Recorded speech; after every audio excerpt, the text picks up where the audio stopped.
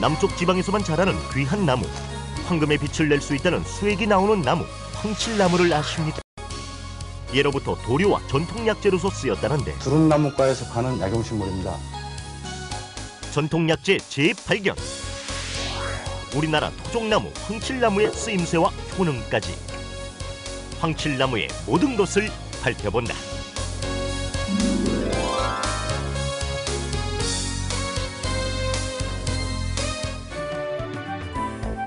옛부터 우리 조상들은 자연과 더불어 살며 자연 속에서 삶의 진리를 깨닫고자 했다. 때문에 자연 속의 모든 생물을 약으로 써왔는데 우리 몸에 딱 맞는 신토부리 약초와 나무에는 질병 치료에 중요한 열쇠가 담겨있다. 그런데 전통 약재 중 건강에 좋은 금이 나오는 토종나무가 있다고 하는데 이름하여 황칠나무. 황칠나무에 대해서 들어보셨어요? 황칠나무요? 잘 모르겠는데요. 아니요. 뭔지 모르세요? 예. 아니, 아는 사람이 없다고요? 황칠나무는 남부지방의 해변과 서북지방에 자라는 늘 푸른 넓은 잎 큰 나무로 그 수액과 껍질이 약으로 쓰였다고 하는데 그것이 과연 사실인지 황칠나무를 직접 찾아가 보기로 했다. 물어 찾아간 곳은 황칠나무의 서식지인 전남 해남. 이곳에선 황칠나무들이 대량으로 재배되고 있었다. 두릅나무과에 속하는 황칠나무라고요. 학명으로는 덴드로파낙스 모르비페라라고 합니다. 황칠나무는 적어도 1000년 이상의 역사를 가진 우리 고유 수종이다. 황칠나무는 삼국시대부터 우리나라의 주요 수출 품목이었다는데 백제무왕 25년 당 고조는 백제 땅에 사신을 보내어 황칠을 채취하게 했고 그것을 철갑에 칠하니 모두 황금색으로 빛났다는 기록이 있다. 황칠나무에서 나오는 금칠에 대한 중국인의 인상은 아주 깊은 것이어서 당나라의 역사가 두우는 기물에 칠하면 금색 광채를 띈다는 기록을 남겨두고 있다. 어디 그뿐인가 다산 정약용도 황칠나무에 대한 시 한 수를 남겼으니 다산 신문선에는 이와 같은 시조가 기록되어 있다.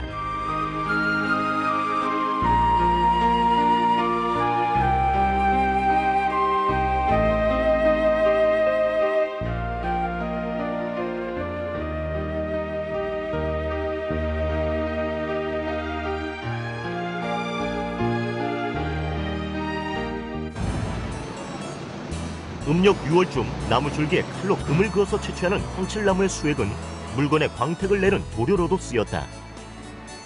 그것이 바로 전통 공예인 황칠공예. 지금 황칠을 칠하기 바로 전 단계인 이 광내는 작업입니다. 이 광이 얼만큼 나느냐에 따라서 이 황칠의 어떤 이 황금색도 상당히 차이가 납니다. 황칠은 황칠나무에서 진을 채취하여 정제해서 쓴다. 이게 내 황칠 수액인가 봐요. 네, 이게 지금 원액을 정제해 놓은 황칠 수액입니다. 일단 칠하면 검붉은 색은 없어진다. 황칠은 다른 칠보다 자외선에 강한 특징이 있고 여러 가지 바탕에 칠을 할 수 있어 다양하게 표현할 수 있는 장점을 가지고 있다.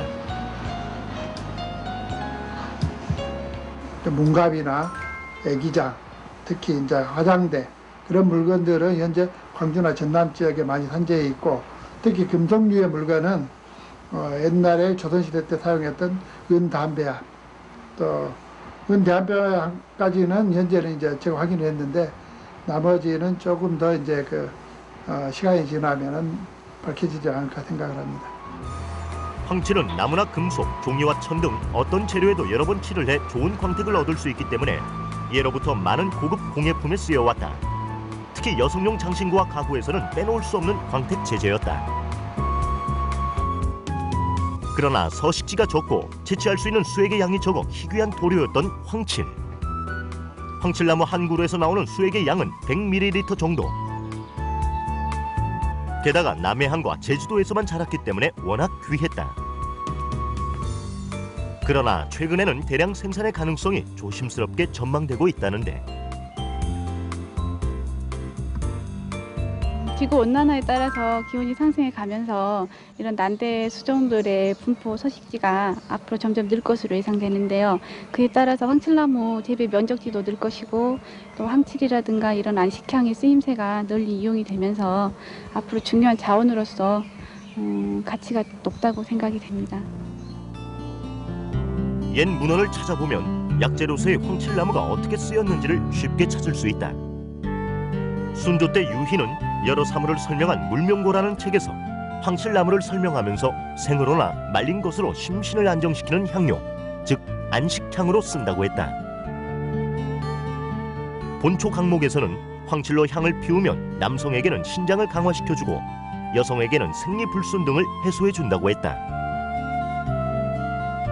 황칠의 성분은 비유발성 물질 66%, 방향성 물질 10%, 수분 8%로 구성이 되어 있습니다.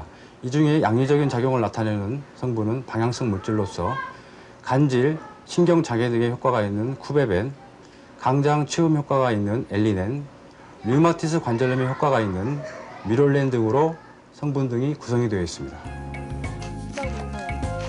따라서 예전에는 무분별하게 채취해 한때 멸종 위기에 이르기도 했다는데, 그런데 황칠나무가 특히 좋은 체질이 있을까? 황칠은 인삼과 같은 나무과인 두릅나무과에 속하는 약용식물입니다. 인삼은 열이 많거나 양이 많거나 하는 경우에 사용할 수 없는 약재인 반면에 황칠은 음양, 열한, 허실에 관계없이 보편적으로 폭넓게 사용할 수 있는 약용식물이라고 볼 수 있겠습니다. 이런 효능 때문에 황칠나무는 건강식품이나 치료제로 이용되기도 했다. 남해안 지역에서는 황칠나무를 직접 먹기도 한다는데, 사람들이 맛있게 먹고 있는 것이 다름 아닌 황칠백숙. 맛이 상당히 좋습니다. 어떤 맛이요? 약간 상큼하면서 뒷맛이 개운하네. 그죠? 몸에 좋다는데 살 한 점도 남길 수 없는 법이다. 그렇다면 이 집 백숙의 비법을 살짝 들여다볼까? 한솥 가득 끓여 놓은 것은 다름 아닌 이 집 백숙의 귀빈 황칠나무를 끓인 물이다. 잘 말린 황칠나무를 가지째 넣고 푹 끓여 백숙과 함께 섞어낸다는데, 마늘과 대추, 인삼까지 넣고 오랜 시간 달여내니 그 국물 또한 진국이고 몸에 좋고 영양 많은 황칠백숙 완성이요. 현대 들어서는 황칠에 대한 과학적인 규명이 이루어지고 있다. 최근에 이르러선 도료와 염료, 건강식품과 음료, 생의학 등 많은 분야에서 활발한 연구 개발이 이루어지고 있다는데, 황칠나무와 관련된 연구 논문과 특허만 해도 10여 개에 이른다. 황칠이 간장에 좋다는 것을 직접 체험하는 경우도 많다. 간장 기능에 문제가 있었던 신 씨의 경우가 그런 사례다. 간이 안 좋아가지고 위가 안 좋다, 간 위장이 다 안 좋다. 그래서 산이 안 나와서 치료가 좀 어렵다. 좋다는 치료를 이것저것 받아봤지만 별다른 호전이 없었고, 신 씨는 식이요법을 비롯한 대체요법에 관심을 두게 되었다. 몇 달 전부터 신 씨는 시중에 판매되고 있는 황칠 성분을 가미한 환을 복용하고 있었다. 피로가 좀 전보다 확실히 줄은 것 같고 속이 좀 편해졌고요. 몸이 전보다 확실히 가벼워졌어요. 옛 의서에 따르면 황칠나무는 지보단이라 하는 해독제를 만들기도 하는데, 이것이 간의 질병으로 인한 몸속의 화를 풀고 독을 제거하는 것으로 나와 있다. 간의 기능이 떨어짐으로 발생할 수 있는 또 다른 질병 중에 하나는 당뇨. 황칠이 현대병이라고 할 수 있는 당뇨의 치료를 돕는다는 사실을 경험한 이 씨. 어지럽고요.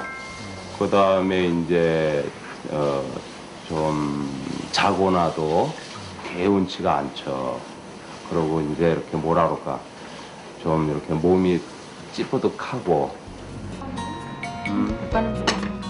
약물에 의존한 치료가 아닌 체질을 바꾸는 치료가 필요하다고 판단한 이 씨. 우선 먹거리를 채식 위주로 바꾸었다. 그리고 황칠나무를 주 성분으로 하는 건강식품을 복용해왔다.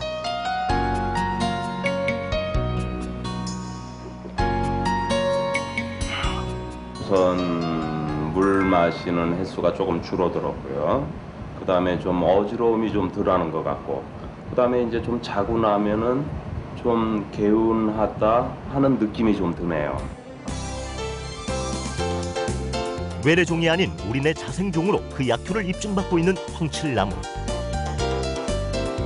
무심코 지나쳤던 약초와 자생나무들 속에 질병을 치료할 수 있는 무한한 가능성이 잠재해 있다는 사실을 황칠나무는 확인해주고 있다.